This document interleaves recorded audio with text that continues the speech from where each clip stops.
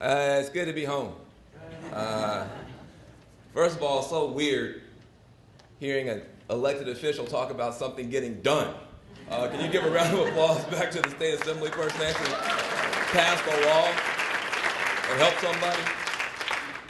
I spend most of my time in Washington, D.C., where that just does not happen. I'll get to my remarks in a second, but it's so funny. They always talk about what the president hasn't gotten done, what the president hadn't gotten done, and now they have this whole new thing called the Obama economy. Everything is bad, because of the president, of course. And I was thinking to myself, when was the last time Obama got a chance to sign a law? To do anything? And so I looked it up. The last time President Obama signed a law, like had a signing ceremony, he had black hair and looked like Tiger Woods. Now he looks like Morgan Freeman. So nothing's getting done in D.C. So look, I'm glad to be back in California for a minute. This is a serious observation. If equity is going to get done, it's not going to start in Washington, D.C. In other words, it's up to the people in this room to get it done. Now, this summer, to me, was the summer of Martin. And I want to talk about the summer of Martin to try to figure out what you do in 2014. It was the summer of Martin. But not Martin Luther King, Trayvon Martin. Trayvon Martin. So I'm on CNN. In the beginning of the summer, we're covering the trial of this young man who was killed apparently for the crime of wearing a hoodie. Somehow the hoodie became this important symbol in this whole case. Well, this kid was wearing a hoodie. So, Now, being from California most of my adult life, when I think about hoodies, I think about Mark Zuckerberg.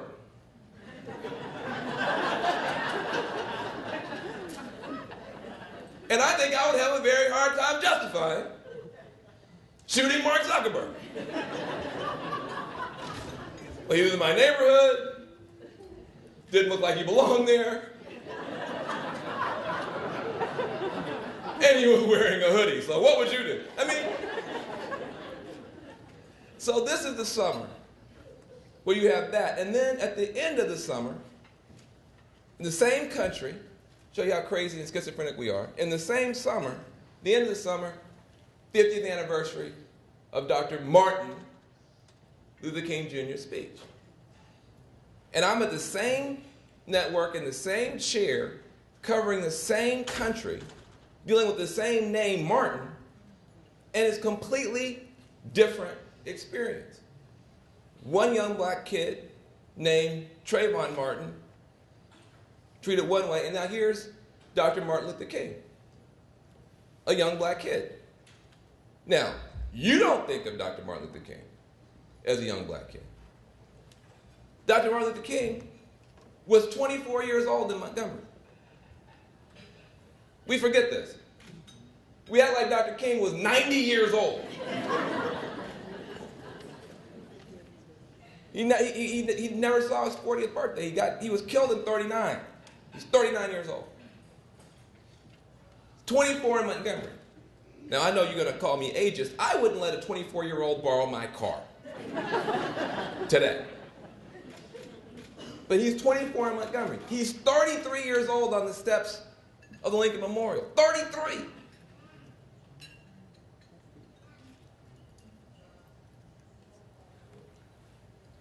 And here I am on national television, and I'm watching this commemoration.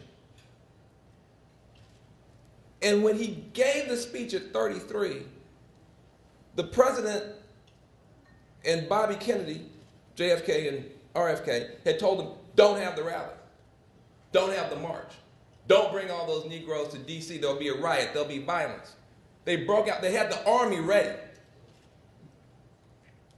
And he stands there at 33 years old, and he starts to give a speech. And a part of the speech is what the assemblyman was talking about, this promissory note. But look, we're all friends here. The speech bombed. This is what nobody wants to deal with. He's standing there. You know, everybody's feeling sorry for my friend David. We've all been through it, man. And I'll tell you who went through it the worst. Dr. Martin Luther King Jr. standing there in front of the whole world giving his I Have a Dream speech. And guess what? The speech didn't work. You know why? You know how you know the speech didn't work? The only part of the speech you remember is the end. You don't remember the promissory note.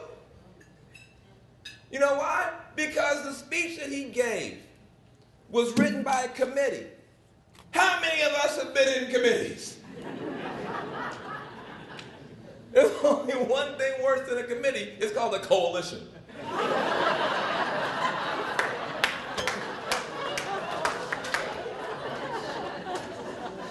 I'm still in therapy from the Bay Area Coalition. So this committee writes this speech. You know what I'm talking about. So this committee writes a speech. And he gets up there and he gives the speech as best he can, but the speech sucks. And a sister. Can we tell the truth about that now? We can tell the truth now, can't we? It's 50 years, can't we? Is it still too soon? Do we still have to act like men know everything and the gods and this type? No, can we tell the truth about it? A sister, just like in Montgomery, the sisters organized the boycott. Rosa Parks' feet wasn't tied. She was a trained, disciplined member of the NAACP when the NAACP was underground just like the ANC in South Africa. Rosa Parks' feet wasn't tired, she was an organizer, okay? That's how that got done. And then when the brothers stand up in front of the Lincoln Memorial bombing, a sister, Mahalia Jackson, says, tell him about your dream, brother. Why'd she say that? Because the brother had been at a speech in Detroit 6 weeks earlier, which also bombed. But at the end, he had a peroration where he was trying to talk about this dream that he had.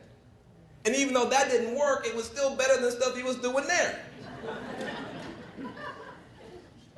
So Mahalia said, tell him about your dream, Martin. Tell him about your dream. Dr. King never reads the last paragraph of the speech as written. If you watch him, he pushes the speech away, puts his hand on the podium, and he steps back. And freestyles, as the kids say, off the dome,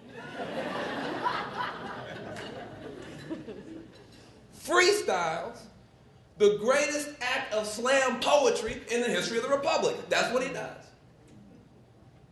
Why then, 50 years later, am I on CNN watching 3 presidents, Clinton, Carter, and Obama, throwing elbows at each other, trying to stand on the spot where the brother gave the speech? You can look on YouTube. I don't make this stuff up. You got to think about this now. A 33-year-old kid is freestyling, and 50 years later, 3 sitting presidents are trying to stand on the spot. What did he do? What did he say? The reason the first part of the speech didn't work is it was about the past. He articulated a future that could work. See, progressive politics, when we start talking about equity, has become a politics of nostalgia and lament. I'm going to say it again because that was deep. That was deep. I said progressive politics, when it comes to equity, has become a politics of nostalgia and lament.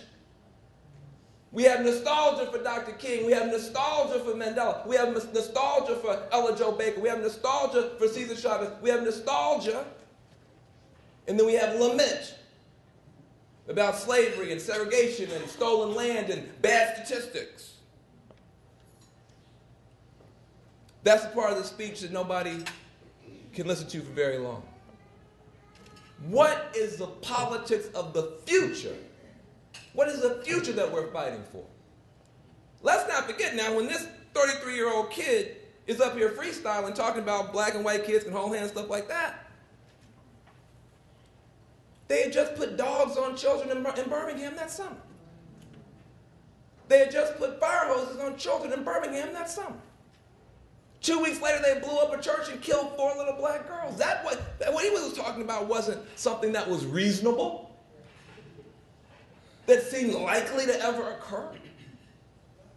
He was talking about something that seemed to everybody transparently, ridiculously impossible. But he set a future out there that we've been working toward for 50 years. Well, the brother was only 39 when he was dead. He's been gone now longer than he was ever here. What's the future we're fighting for now? Because if you can't explain that to people, you're just going to have a bunch of bad statistics, some interesting legislative proposals, and a bunch of white guilt. That's what you're going to have. Am I right? We're all friends here. And very little progress in these communities.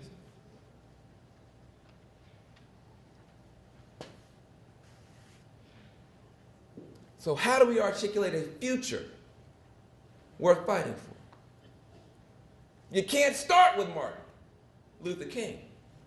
You got to start with Trayvon Martin. You got to start with the kids that David is standing up for and working with every day. You got to start with these kids that nobody wants to deal with.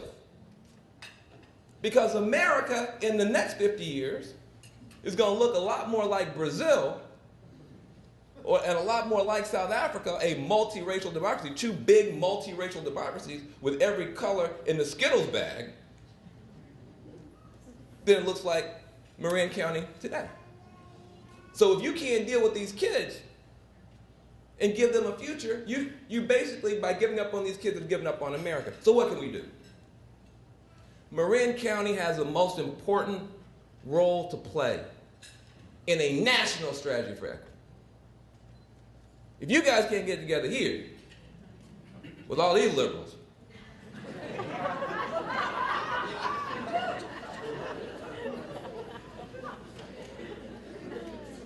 and this much wealth and genius and prosperity and meditating,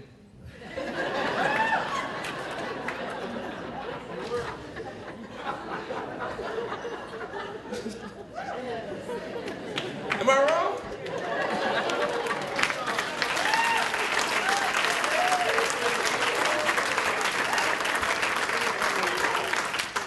So I'm going to tell you 2 things and sit down, because you guys came here to see the people get the awards. But I'm going to tell you what, I think. Preach on. You know, I'm home. I can say anything in Northern California. Y'all know me, so I can say what I want to say. I'm on CNN, I got to say it polite. Well, Newt.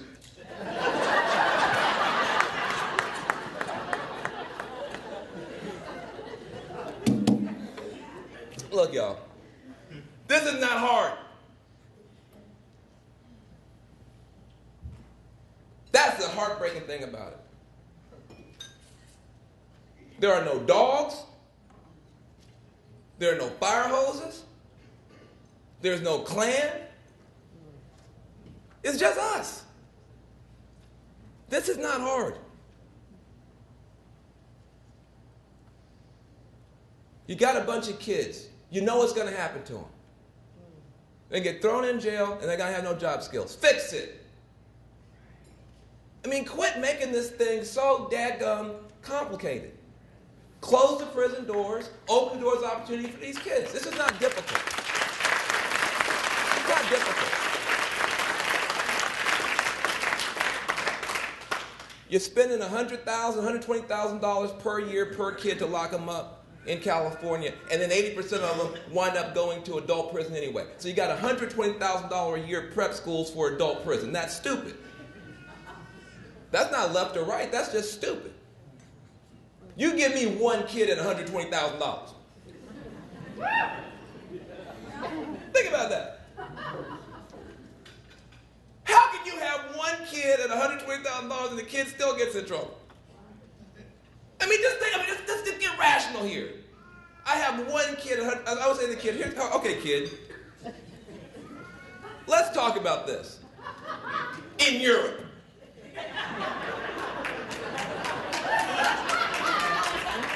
Let's talk about this in Europe. I'm going to buy you a hybrid so we can drive to the airport. When we get finished touring around Europe, we still have like $100,000. Stay out of trouble at the end of the year, I'll give you half. Done! It's just done. There's no way to mess up this much money and still have this many kids in trouble unless you never intended to help the kids in the first place. Yeah.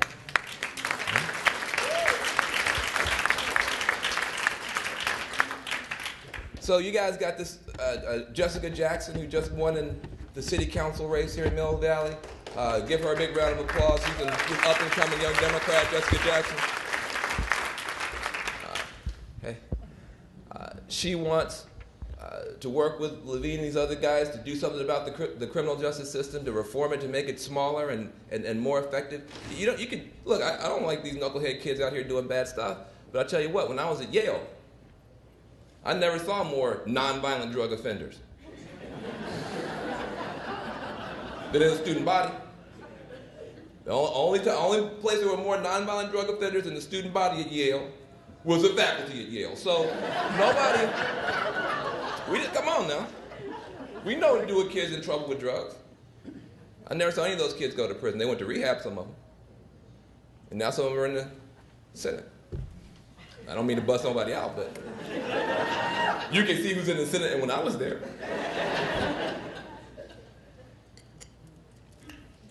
So do something about that. Number 2, quit coming up with dumb ideas for what kids could do for a job.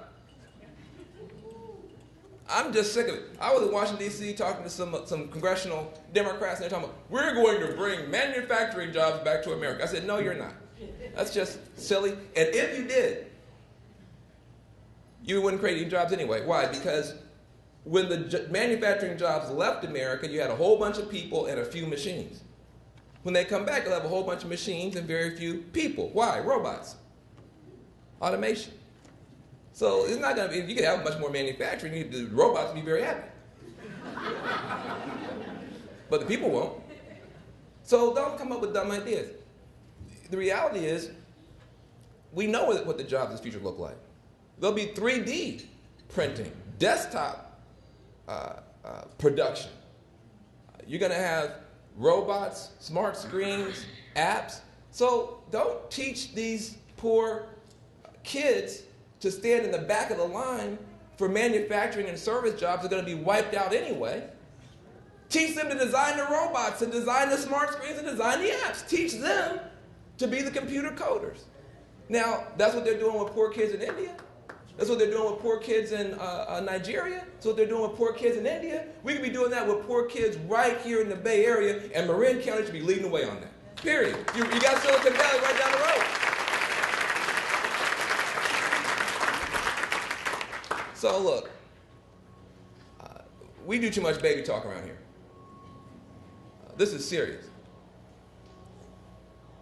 This is probably the one place in America, Northern California, you got every kind of person ever born right here.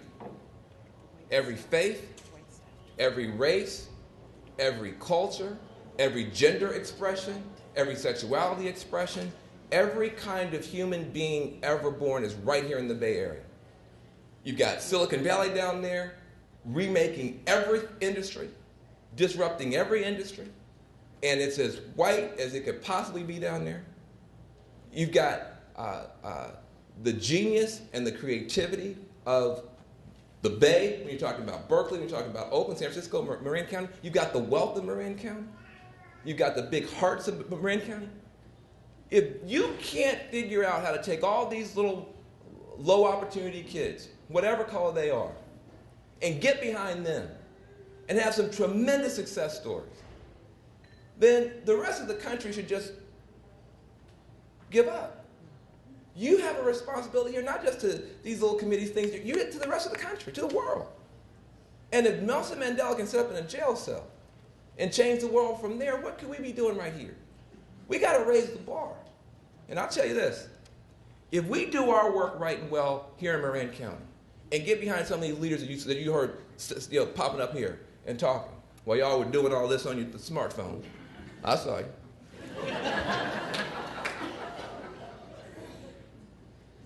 You could right here in Northern California reach in some of these communities and have 10,000 Mark Zuckerbergs, 100,000 Mark Zuckerbergs. But an awful lot of them could look like Trayvon Martin. Thank you very much.